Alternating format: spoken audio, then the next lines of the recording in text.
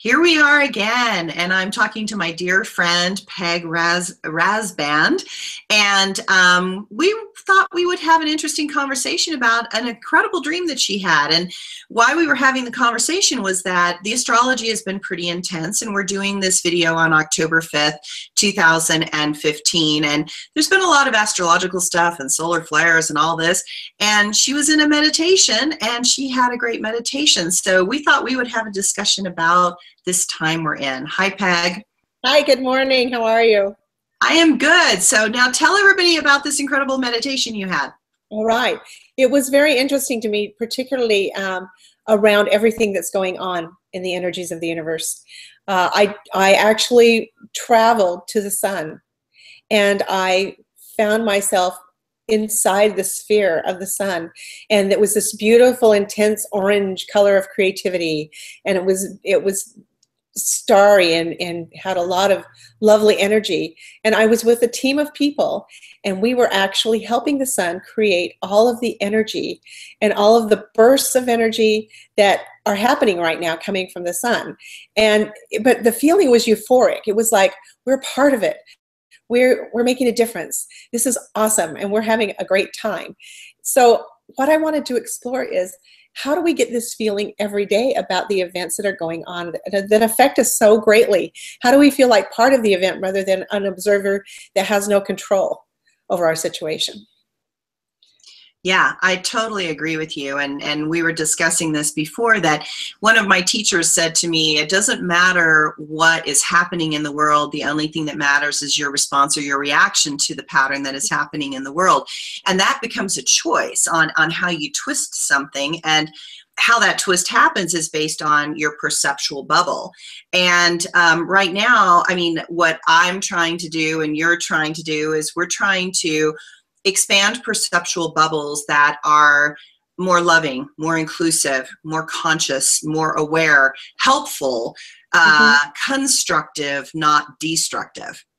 Exactly. And the context of this dream, I was actually at an event, and they had a guided meditation period. And this dream came forth in the guided meditation. And the whole crux of the event was creativity, and how do we tap into our creativity, and how does it affect ourselves and others in the world? So it's a perfect venue for having this discussion. Much of what was said there was, well, it depends on how you handle it, and everyone's creative. We all have that capacity. So if we're able to drop into our heart center and experience something in a different way that creates something better for us and for the world, then that's kind of the approach that I was feeling needed to happen. Yeah, I 100% agree. It's like I was writing my blog today, and I was trying to tap into that same kind of energy. That there was so much power that happened when I did the Wild Women Symposium this last weekend. And it was so, you could see this weaving of energy that starts to happen when you get people all of like mind in the same place at the same time, and this expansion that starts to happen. And how can we do that in a much more conscious level? And like you found, and I have found, it's much easier when I'm in a group. Right. Yeah. It's harder to do by yourself, but we do need to focus on doing it by ourselves. Exactly. And so my question then becomes, how do we do this? And my feeling is that just doing our readings every day that we do and we post on Facebook are a part of that, because we're coming from a loving perspective, and we're coming from a perspective of how can we make the world a better place within the context of what it is, right? So I think that's very helpful. And I think also just the connections that we have every day, that we can create that loving feeling around it as well. In addition, there's always that opportunity to show up and be the presence that you want to see in the world, which is a daily practice. Let's be honest, it's not easy, but it's in context of all that's going on. This feels like the right thing to me. I agree. I mean, you know, I think it's a conscious choice that you and I do, that I know there's all these crazy, terrible things happening in the world, and but they've always happened. You know, crazy, terrible things have always happened in the world, and that doesn't stop good things from happening in the world at the same time. I mean, some of the most incredible moments for people have happened under the greatest duress. And how can we focus on those positives and do this for ourselves? So what do you recommend for people out there doing on their daily basis? Well, this is kind of what I do. When I'm having an overwhelmed day, I break it down. I break it down and I do, okay, what will work for me for the next 5 minutes? Sometimes it's 5 minutes. Sometimes it's half hour. What is going to work to make this world a better place for me and thereby others, in the next half hour? What's going to work for me today? And I just kind of map it out in a mindful process of things that are positive, that need to be done, that feel good.